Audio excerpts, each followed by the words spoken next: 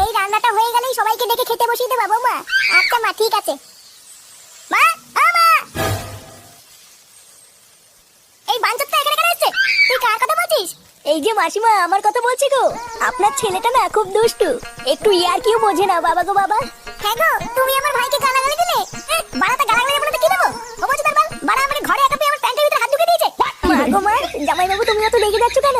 আমি তো তোমার শুধু একটু সাইজটা দেখছিলাম গো। সাইজ দিলে হোমো তার বাল বাড়ি গিয়ে বাবার সাইজ দেখবি যা। কি সব উল্টো পাল্টা কথা বলছিস তুই?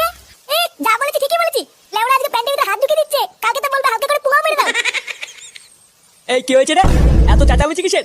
দেখুন না মেশামশাই, মা গো মা, আপনার ছেলে একটু ইয়ার কিউ বোঝে না। ওটা ইয়ার কি ছিল বাঞ্চদ? দেখেছেন তো কিভাবে বলছে। দেখো মা, আমি কিন্তু বলে দিচ্ছি, এই যদি ভাই যদি বাড়িতে থাকে আমি কিন্তু বাড়ি থাকবো না, বলে দিলাম। চোরে বাচ্চা, তুই ঘর থেকে বেরিয়ে যা। আমরা কোনো কাজ কর্মের বেলায় নেই, কোনো রোজগার পাতি নেই, আবার বড় বড় কথা। ও বাড়া, মায়ের থেকে মাসির দরদ বেশি, তাই তো?